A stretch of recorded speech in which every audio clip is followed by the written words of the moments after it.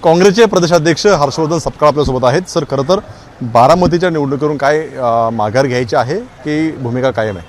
ही निवडणुका हा लोकशाहीचा सण आहे, लोकशाहीचा उत्सव आहे। 5 महिन्यापूर्वी अनोपोज निवडणुका होणं हे लोकशाहीला पोषक नाही अशा स्वरूपाची भूमिका विचारवंत, ॲक्टिव्हिस्ट आणि अनेक पत्रकार माध्यम सर्वजण व्यक्त करत होते आणि त्या पार्श्वभूमीवर निकोप आणि पारदर्शक पद्धतीने आणि एका हेल्दी वातावरणात निवडणुका झाल्या पाहिजे ही जी भूमिका होती ती भूमिका आता बदलून वेगळ्या दिशेने चर्चा नेण्याची कुठल्याही प्रकारची आवश्यकता नाही। अजितदादा पवारांचा मृत्यू हा दुर्दैवी आहे, त्यांच्याबद्दल काँग्रेसला देखील सहानुभूती आहे। मात्र भारतीय जनता पक्ष हा अजितदादांच्या घातपाताच्या अनुषंगानं कुठेही गंभीर नाही, गुन्हा अद्यापर्यंत नोंदवला गेला नाही आणि अशा एकंदरीत परिस्थितीच्या सोबतच मित्रपक्षांना देखील कॉर्नर करण्याचं काम हे भारतीय जनता पक्ष करतोय। साताऱ्याला मंत्र्यांनी मार घालला इथपर्यंत आता लोकशाही गुंडाळून ठेवल्या जात असताना आमची लोकशाही वाचवण्याच्या अनुषंगानं सविनय या निवडणुकीमध्ये काँग्रेस पक्षाची भूमिका आहे आणि या भूमिकेला वैचारिक पार्श्वभूमी असल्यामुळे तीच पार्श्वभूमी आम्ही पुढे घेऊन जात आहोत। कुठेतरी भाजपचे नेते म्हणतात की आम्ही सुद्धा तुम्हाला विनंती केली, तुम्हाला फोन केला। नाही, भाजपचं कामच आहे खोटं बोलणं, खोटं बोला आणि रेटून बोला। त्यामुळे या सगळ्यातला कल्प्रिट आणि या सर्वांमध्ये जर धचा मा करून या निवडणुकीच्या अनुषंगानं जी भूमिका रंगवण्याचं काम भारतीय जनता पक्ष करते ते सातत्यानं खोटं बोलत आहेत आणि या निमित्तानं ते खोटं बोलत आहेत, त्यांच्यातला असभ्यपणा, असंस्कृतपणा आणि खोटारडेपणा या निमित्तानं पुन्हा एकदा सिद्ध झाला। पार्थ पवारांनी ज्या प्रकारे टीका केली काँग्रेसवरती, ह्या टीकेला कसं घेत आहे? पार्थ पवारांच्या टीकेच्या संदर्भात टीकेचं झोंड सर्व धरून उठलेलं आहे आणि थेट हा आता परिपक्वतेच्या पाशी हा विषय गेलेला आहे।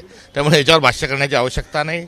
राहता काउंटडाऊन वगैरे जे शब्द आहेत त्या अनुषंगानं मला बारामतीतल्या आमच्या काँग्रेसच्या नेत्यांचं, कार्यकर्त्यांचं कौतुक करावं असं वाटतं, त्यांचं अभिनंदन करावं असं वाटतं। कारण दीर्घकाळापासून काँग्रेसचा आमदार हा बारामतीत झालेला नाही।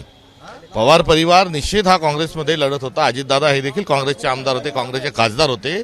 मात्र गेल्या 30 वर्षामध्ये पंजाब इथे हा आलेला नव्हता। पवार कुटुंबाच्या व्यतिरिक्त 84 नंतर त्या ठिकाणी कोणी लढलं नव्हतं। मात्र आमची बारामतीतच काँग्रेस त्या ठिकाणी आहे, सक्षमतेने उभी आहे। बारामती शहराच्या मध्यवर्ती ठिकाणी काँग्रेस पक्षाचं कार्यालय आहे, त्या कार्यालयाला मध्ये नियमित आमचे कार्यकर्ते त्या ठिकाणी येतात आणि बारामती याच ठिकाणी जर काँग्रेसचं कार्यालय असतील आणि कार्यकर्ते असतील तर डाऊनफॉल होण्याचा प्रश्नच नाही। एवढंच या निमित्ताने शेवटचा प्रश्न, या भूमिकेवरून बारामतीवरून कुठेतरी काँग्रेसच्या नेत्यांमध्ये 2 गट पडल्या अशा प्रकार चर्चा आहे, कितपत खरी आहे? नाही, अजिबात नाही, हे हास्यास्पद आहे। भारतीय जनता पक्ष हा कसं सातत्याने वेगवेगळ्या नेरेटिव्ह घेऊन येतो त्यातलाच हा भाग आहे। आमचे स्थानिक बारामतीच्या सर्व कार्यकर्त्यांनी निवडणूक लढण्याची त्यांनी भूमिका घेतली, पुणे शहरातल्या देखील सर्व नेत्यांनी आमची भूमिका घेतली, महाराष्ट्रातल्या नेत्यांनी या निवडणुकीमध्ये मित्रपक्ष लढत असेल तर आपण लढलं पाहिजे भूमिका घेतली आणि थेट दिल्लीवरून देखील आमच्या पक्षश्रेष्ठीने आमच्या भूमिकेवर शिक्कामोर्तब केला आहे। त्यामुळे असा कुठलाही 2 गट नाही। दिल्लीकरांनी आमच्या भूमिकेवरती शिक्कामोर्तब केलेला आहे, त्यामुळे कुठेही 2 गट जे आहे ते नाहीत। आमची सगळ्यांची एकच भूमिका बारामतीहून असल्याचं हर्षवर्धन सपकाळ म्हणताना पाहायला मिळत आहेत। कॅमेरामन हेमंत सरासुने, एबीपी माझा, मुंबई।